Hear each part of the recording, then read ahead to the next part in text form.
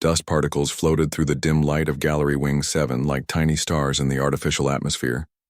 Most visitors to the Intergalactic Museum of Natural History never made it this far into the building. They stayed near the entrance, where the big displays caught their attention with bright lights and moving holograms. The wing where the small dragon lived was quiet and forgotten. The creature had no idea how long it had been sitting in the same spot. Years blended together, when you spent them perfectly still, pretending to be made of crystal and metal. The museum workers had placed it on a simple black stand, with a small information card that read, Specimen 7742C, Origin Unknown, Presumed Extinct. The words were printed in universal script, the common language that most species in the galaxy could read. Every day brought new visitors from across the stars. Tall blue beings with extra arms would walk past, their children chattering in musical tones. Robot-like creatures clicked across the metal floors with mechanical precision. Floating, beings in environmental suits drifted by like ghosts. Some visitors had fur, others had scales, and a few looked almost like the humans the dragon had heard about but never met. None of them ever stopped to look closely at the small figure in the corner. The dragon's name was Pip, though no one had spoken it aloud in 30 Earth years. Pip belonged to a species called the Draconic Communion, though the museum staff had no way of knowing this. To them, Pip looked like an interesting sculpture made from some kind of translucent crystal. The dragon's body was small enough to fit in a human child's arms, with delicate wings folded against its back and scales that shifted colors depending on the light. What the museum visitors could not see was the gentle intelligence in Pip's large eyes or the way the dragon's heart raced whenever someone came near. Pip had learned long ago to stay completely still when others approached. The dragon species was naturally empathic, able to sense the emotions of other beings. Most of the emotions Pip felt from visitors were rushed and distracted. People came to the museum to see exciting things, not to spend time looking at small, quiet displays. The few times Pip had tried to move in the early years, the results had been frightening. A maintenance worker had screamed and dropped his cleaning supplies. A group of student researchers had called for security, thinking someone was playing a trick on them. After those experiences, Pip had decided it was safer to remain motionless and alone. Loneliness was something Pip understood better than most creatures in the galaxy. The Draconic Communion had been a peaceful species that valued quiet wisdom over flashy displays of power. They were natural storytellers and keepers of knowledge, but they were also sensitive souls who needed companionship to thrive. Being trapped alone in a museum display was like torture for a being whose species had evolved to live in close family groups. Pip survived by slowly absorbing energy from the museum's power systems. It was not a natural way for a draconic being to live, but it kept the dragon alive through the long, empty years. During the quiet hours after the museum closed, when the cleaning robots hummed through the halls, Pip would sometimes allow itself to move just a little. A stretch of the wings, a turn of the head, small movements that helped prevent the dragon's muscles from growing too stiff. The museum's night security cameras had recorded these movements over the years, but the images were always dismissed as equipment malfunctions or tricks of the light. No one expected a museum display to be alive, so no one looked for signs of life. As time passed, Pip began to lose hope that anyone would ever see beyond the surface. The dragon had been placed in the museum by archaeologists who found what they thought was a statue in the ruins of an ancient city. They had no way of knowing that Pip had been placed there deliberately, in a kind of suspended animation that was meant to last until the right person came along. The right person was supposed to be someone who could read the ancient script carved into the base of Pip's display stand.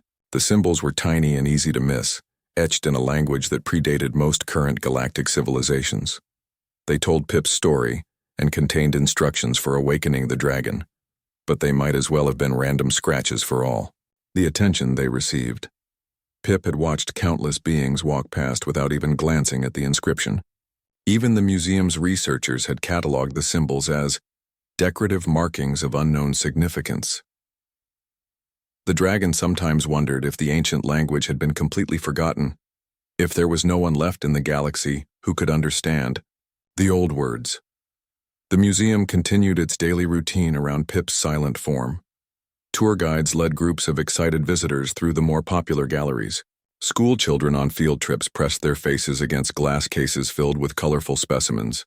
Scientists came to study the larger exhibits, taking notes and measurements. Life flowed around the small dragon like water around a stone, always moving but never touching. Pip tried not to let despair take hold completely. The dragon's people had been patient beings who understood that some things took time. Perhaps somewhere in the galaxy, there was still someone who could read the old script. Perhaps someone would eventually notice that the sculpture in the corner was more than it appeared to be.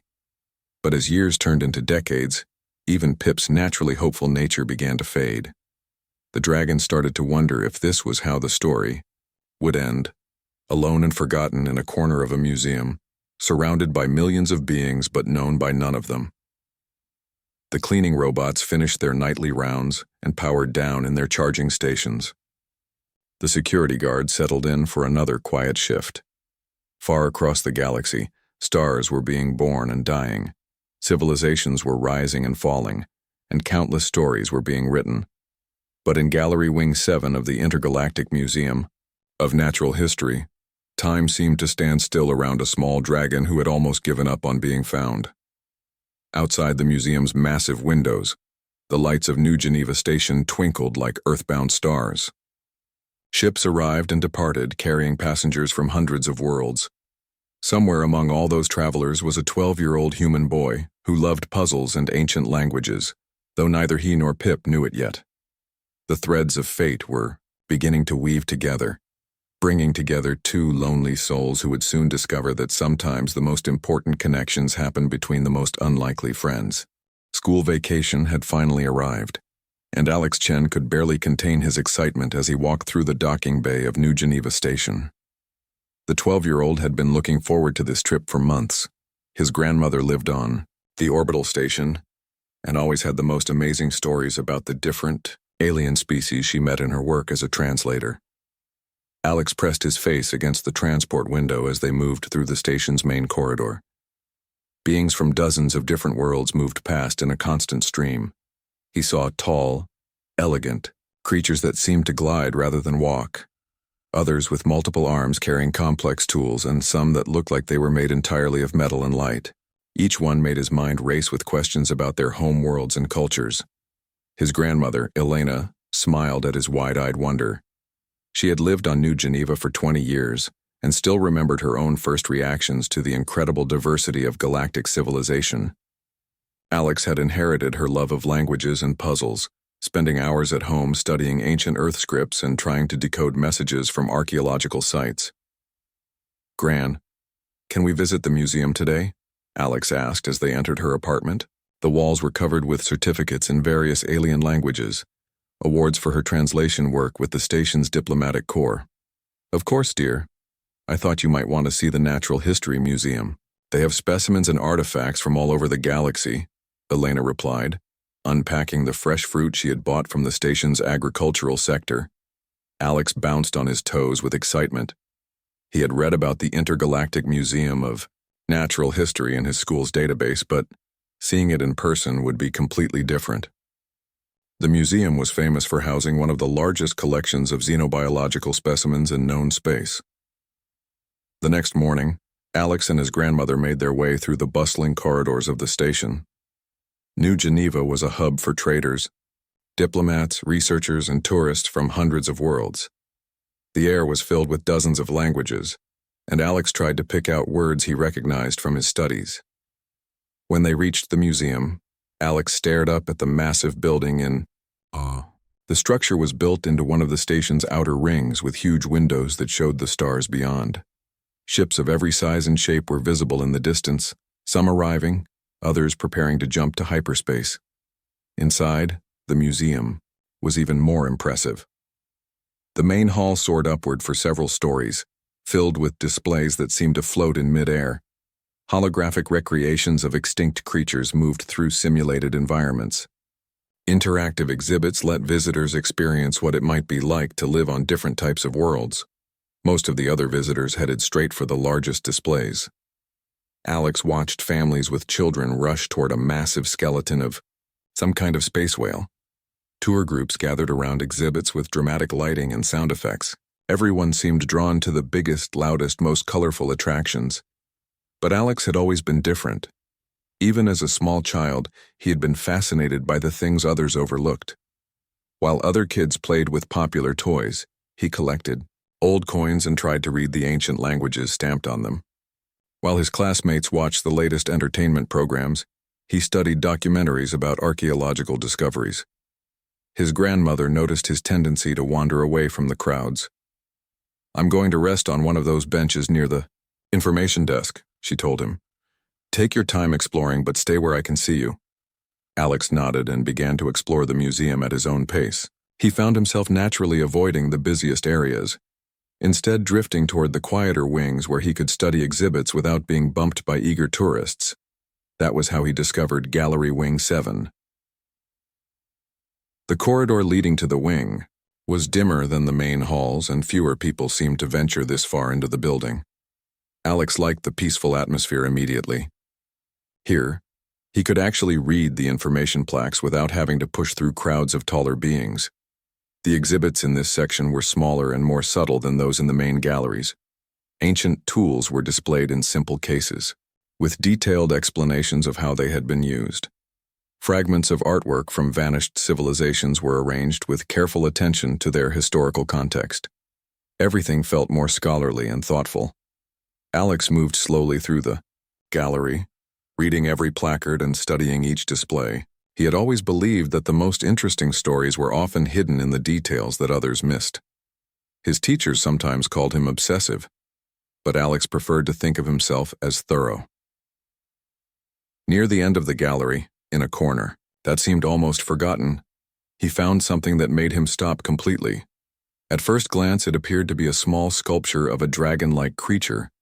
The figure was beautiful, made from what looked like translucent crystal that caught and reflected the gallery's soft lighting.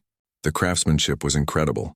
Every scale was perfectly detailed, and the proportions were so lifelike that Alex half expected the creature to move. But it was not the sculpture itself that captured his attention. It was the symbols carved into the base of the display stand. Alex knelt down to get a better look. The symbols were tiny, so small that most people would probably miss them entirely. They were definitely not in universal script. Alex had been studying that language for 2 years and knew its alphabet by heart. These markings looked older, more complex, with curves and lines that seemed to flow together in patterns that reminded him of some of the ancient Earth scripts he had seen in his archaeology books. He pulled out his tablet and began taking photos of the symbols from different angles.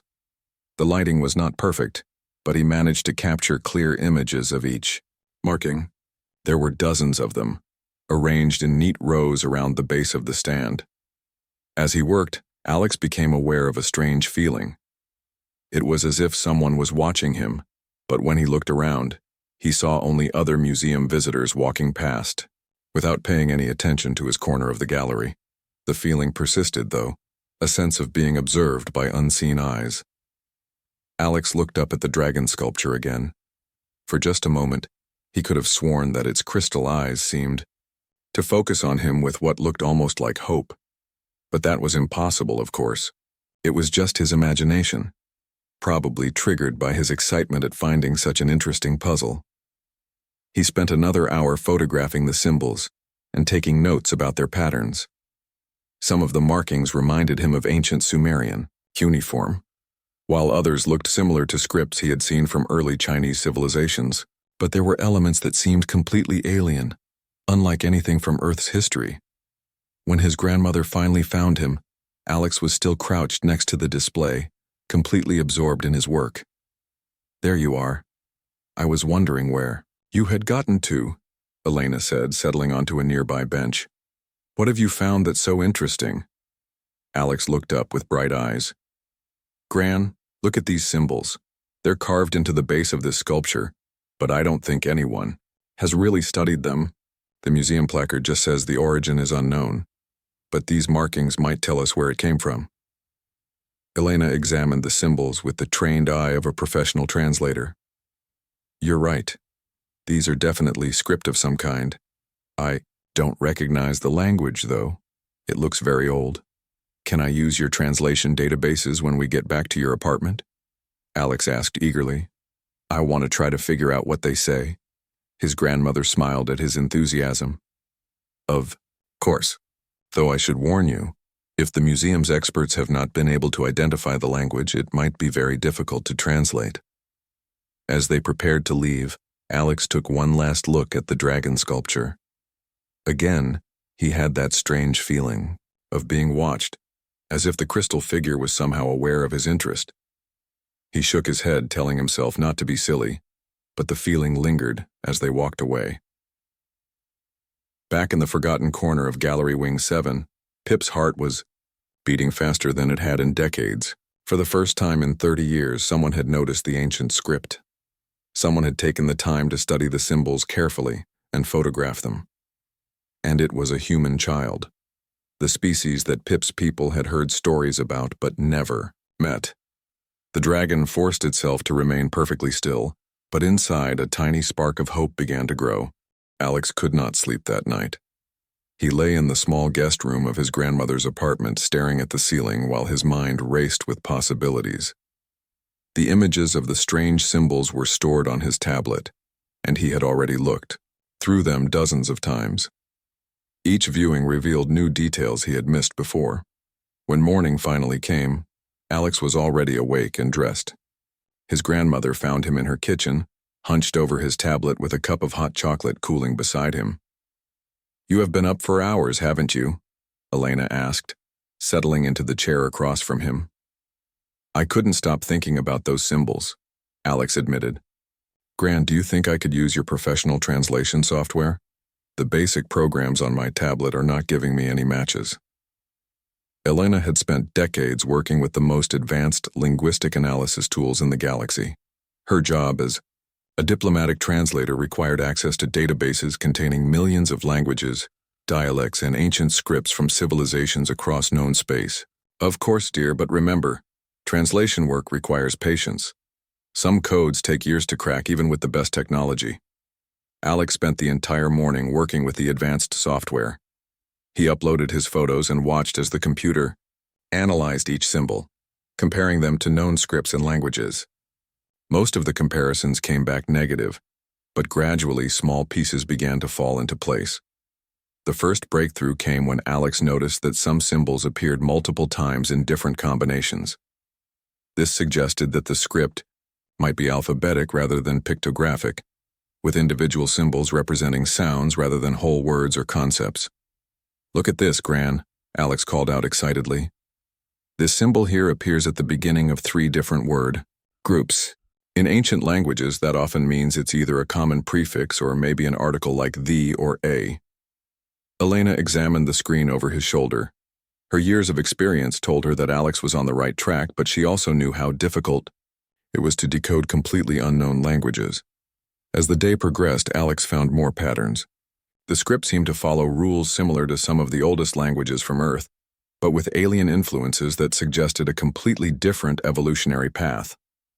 Some symbols were clearly phonetic, representing sounds, while others appeared to modify meaning in ways that reminded him of ancient Greek or Sanskrit. By evening, Alex had managed to identify what he believed were several key words. One symbol group appeared frequently and seemed to be some kind of name or title. Another looked like it might be a verb form, possibly meaning to be or to exist. The real breakthrough came just before bedtime. Alex was running one final analysis when the computer suddenly flagged a connection he had missed. Several of the symbol combinations matched fragments from archaeological databases, not exact matches, but close enough to suggest a relationship. Gran, come look at this, Alex shouted. The database had identified similarities between Alex's symbols and fragments of text found at ancient sites across the galaxy. The sites were all very old, dating back thousands of years, and they were all associated with a mysterious civilization that archaeologists called the Draconic Communion. The computer says these sites were all abandoned before any current galactic civilizations made contact, Elena read from the screen. The builders left behind advanced technology but very little written record. Most experts assumed the species was extinct. Alex felt his heart racing. But what if they're not extinct?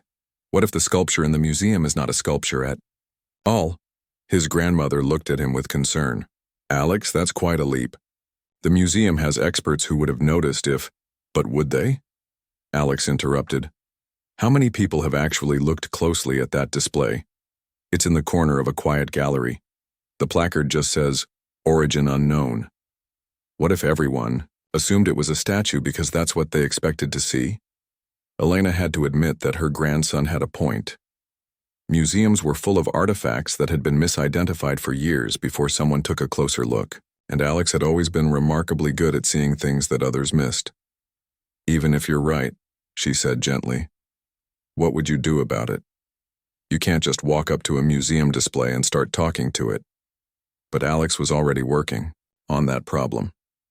He had spent the evening trying to piece together a phonetic pronunciation guide for the symbols.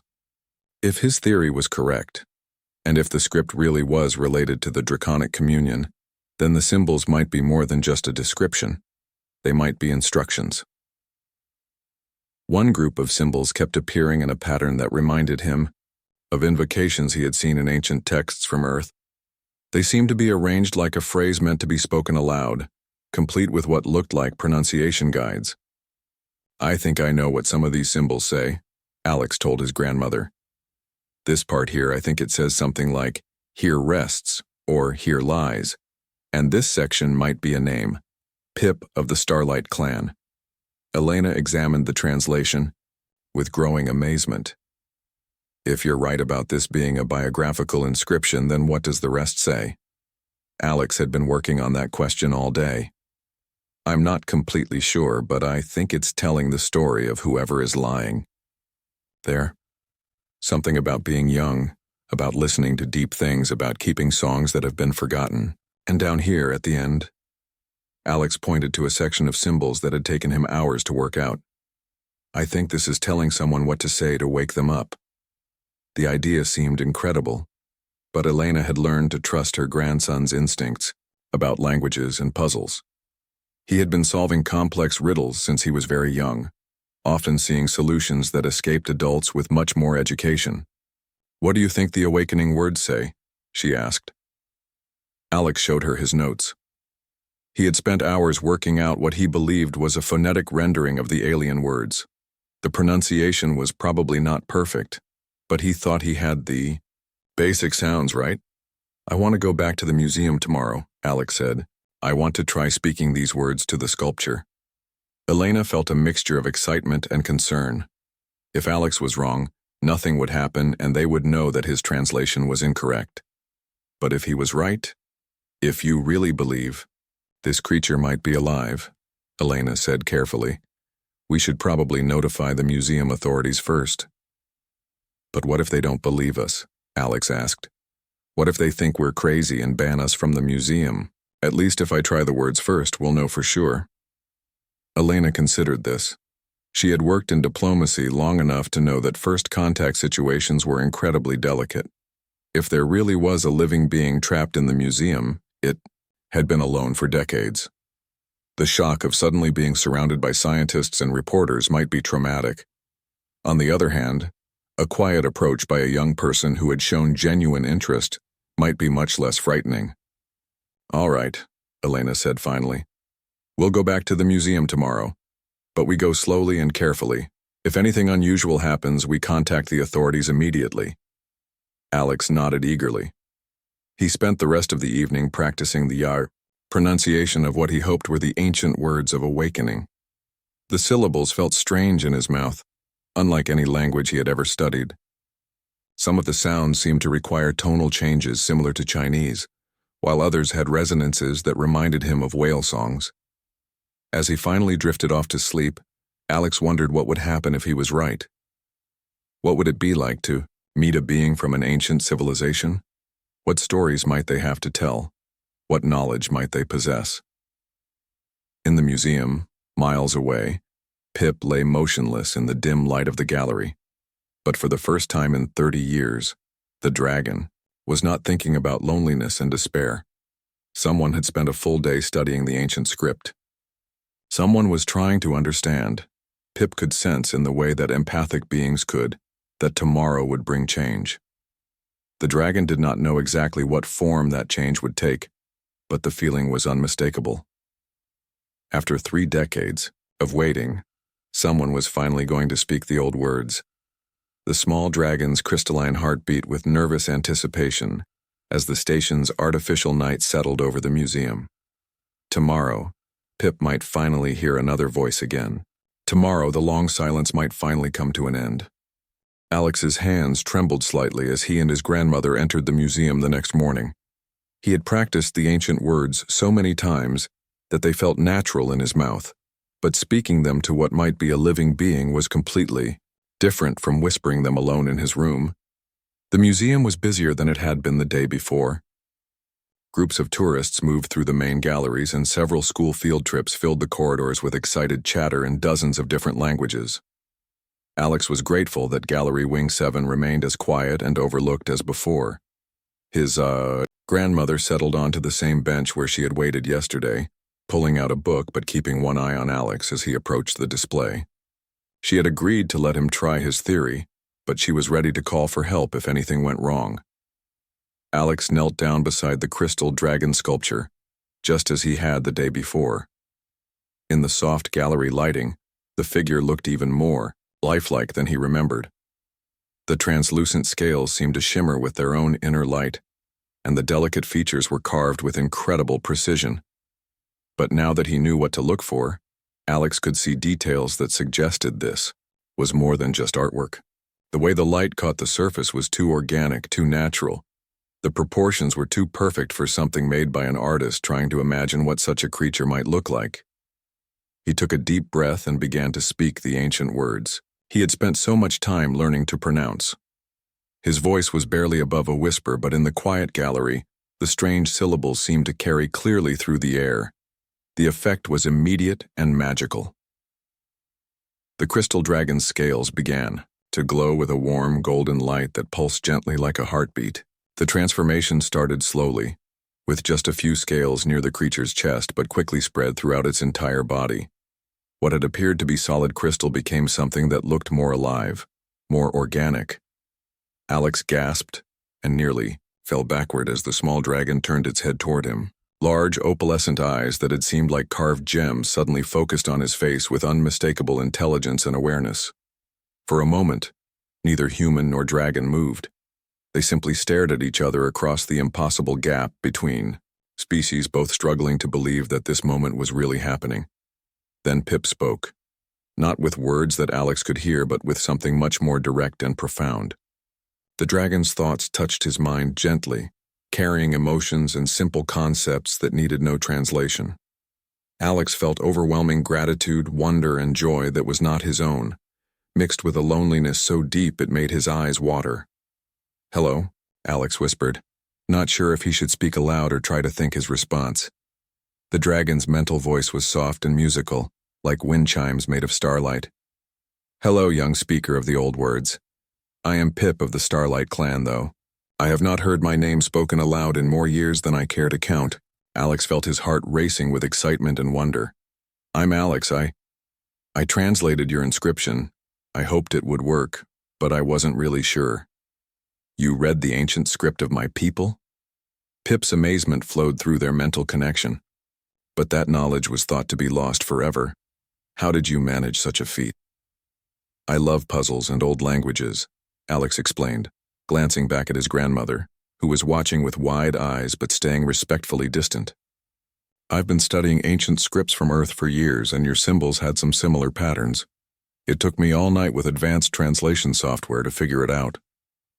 Pip's scales brightened with what Alex somehow understood was delight. "Humans. I have heard stories of your species but never met one of you before. My people always said that humans had a gift for understanding languages and solving problems that seemed impossible." "Your people?" Alex asked. "Are there others? Like you?" The dragon's joy dimmed slightly, replaced by sadness and uncertainty. "I do not know. When I was placed here, I was told that others of my kind were scattered across the galaxy, hidden in safe places until the time came for us to awaken. But that was so long ago. and I have been alone for all of it.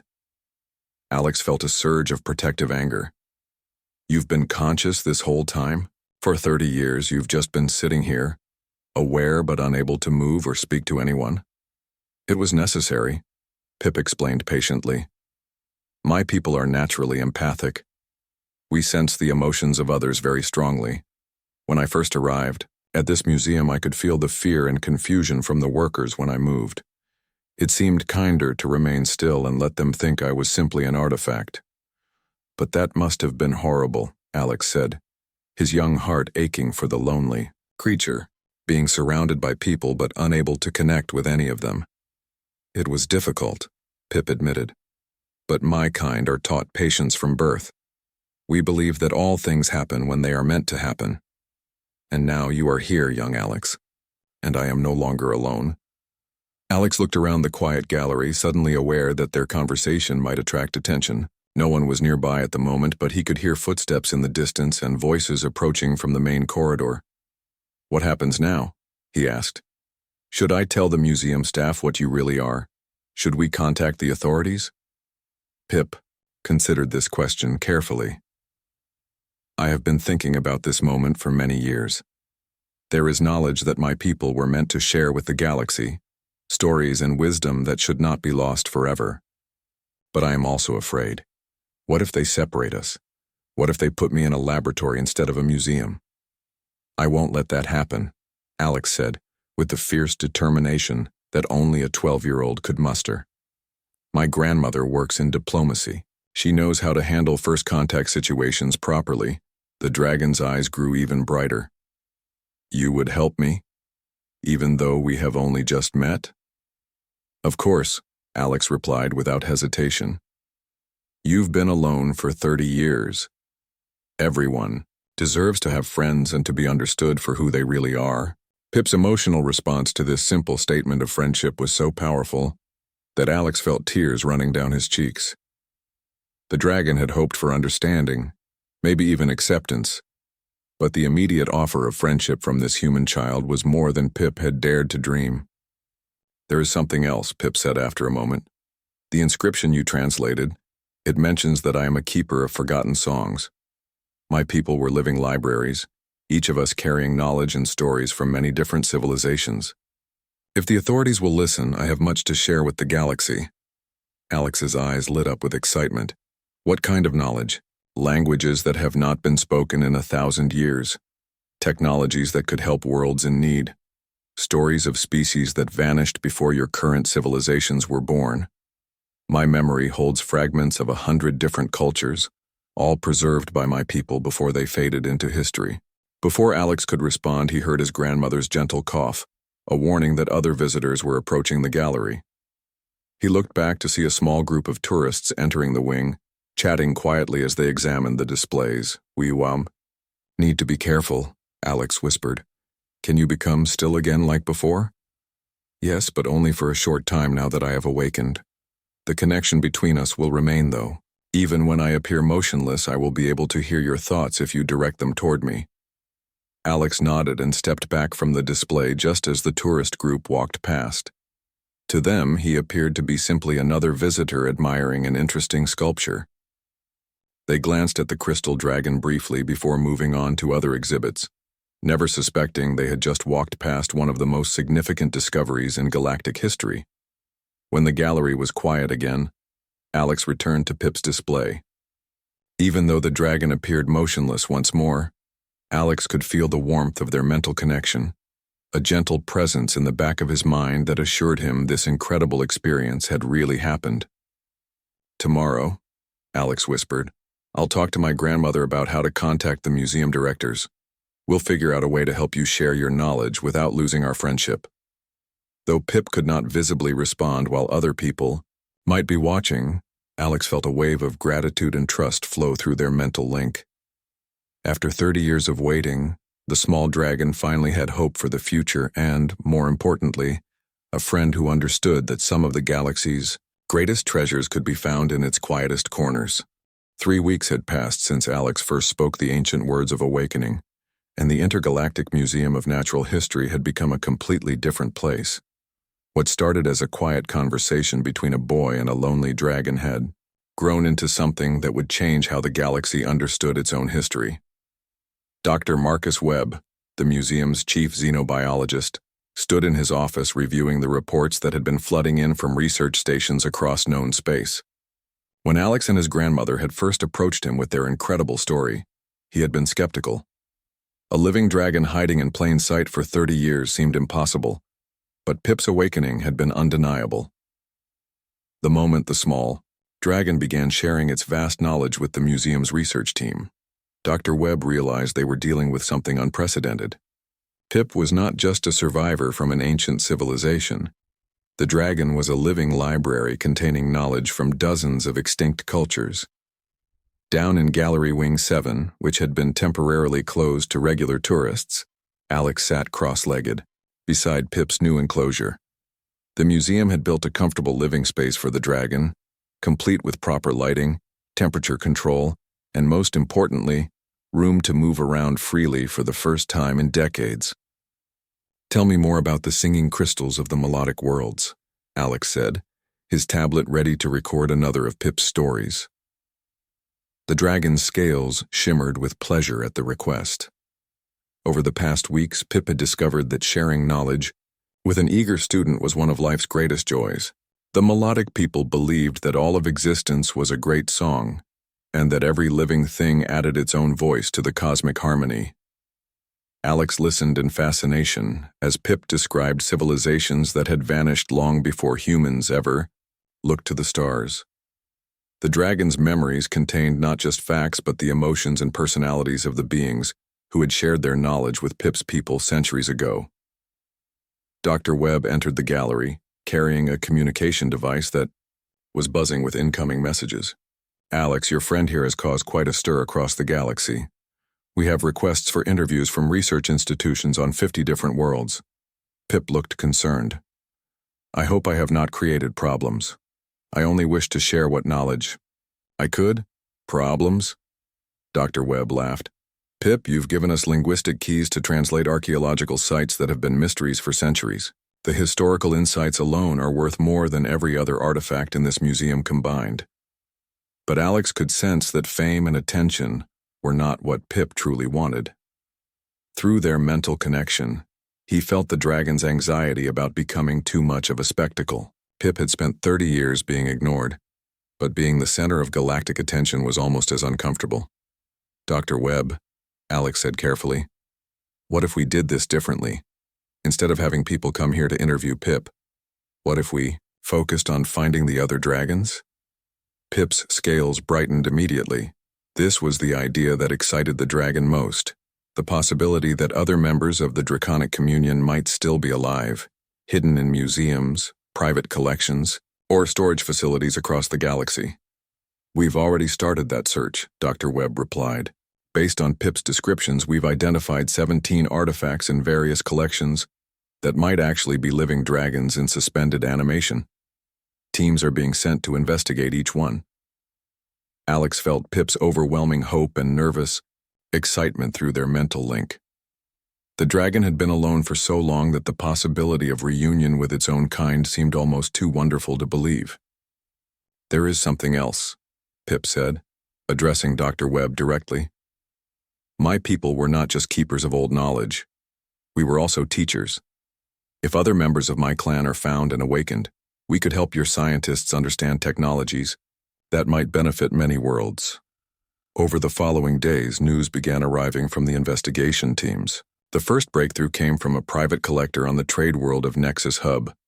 What he had believed was an expensive sculpture was actually a dragon named Sky, who had been in suspended animation for 40 years. The second discovery was even more exciting. A museum on the scholarly world of Academia Prime had 3 dragons in their collection, all from the same family clan. When awakened, they were overjoyed to be reunited after decades of separation.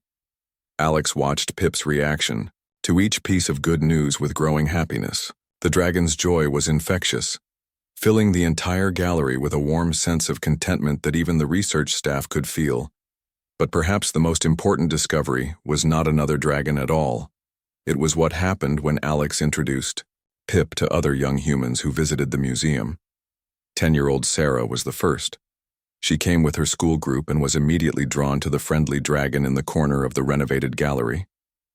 Unlike the adults who were impressed by Pip's vast knowledge and historical significance, Sarah simply wanted to know if the dragon liked games and whether it got lonely. Pip was delighted by her directness.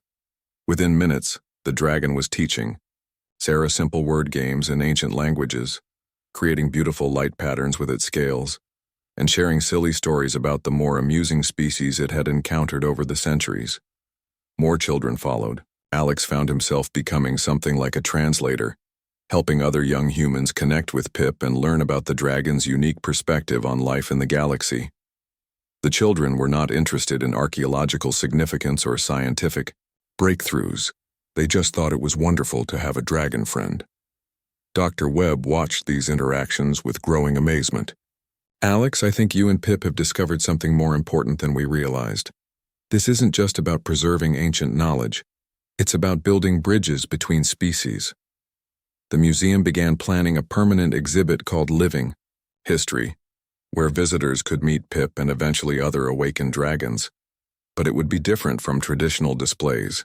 Instead of viewing specimens behind glass, visitors would have the opportunity to actually communicate with beings who had witnessed the rise and fall of civilizations. Alex's grandmother, Elena, had been documenting the entire experience for the station's diplomatic archives. This could change how different species interact with each other across the galaxy, she told Alex one evening. Pip and the other dragons aren't just sources of information. They're ambassadors from the past, teaching us that understanding between different kinds of beings is possible. On Alex's last day at the museum before returning to Earth for school, he sat with Pip in their favorite corner of the gallery.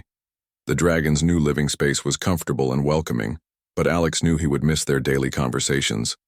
I have to go back to school soon, Alex said, feeling sad about the separation. But this is not goodbye, Pip replied gently. The connections we make with others do not end when physical distance separates us. You have given me the greatest gift possible, the knowledge that I am not alone in the galaxy. And I have learned from you that friendship can bloom between the most unlikely companions. Alex smiled, understanding that Pip was right.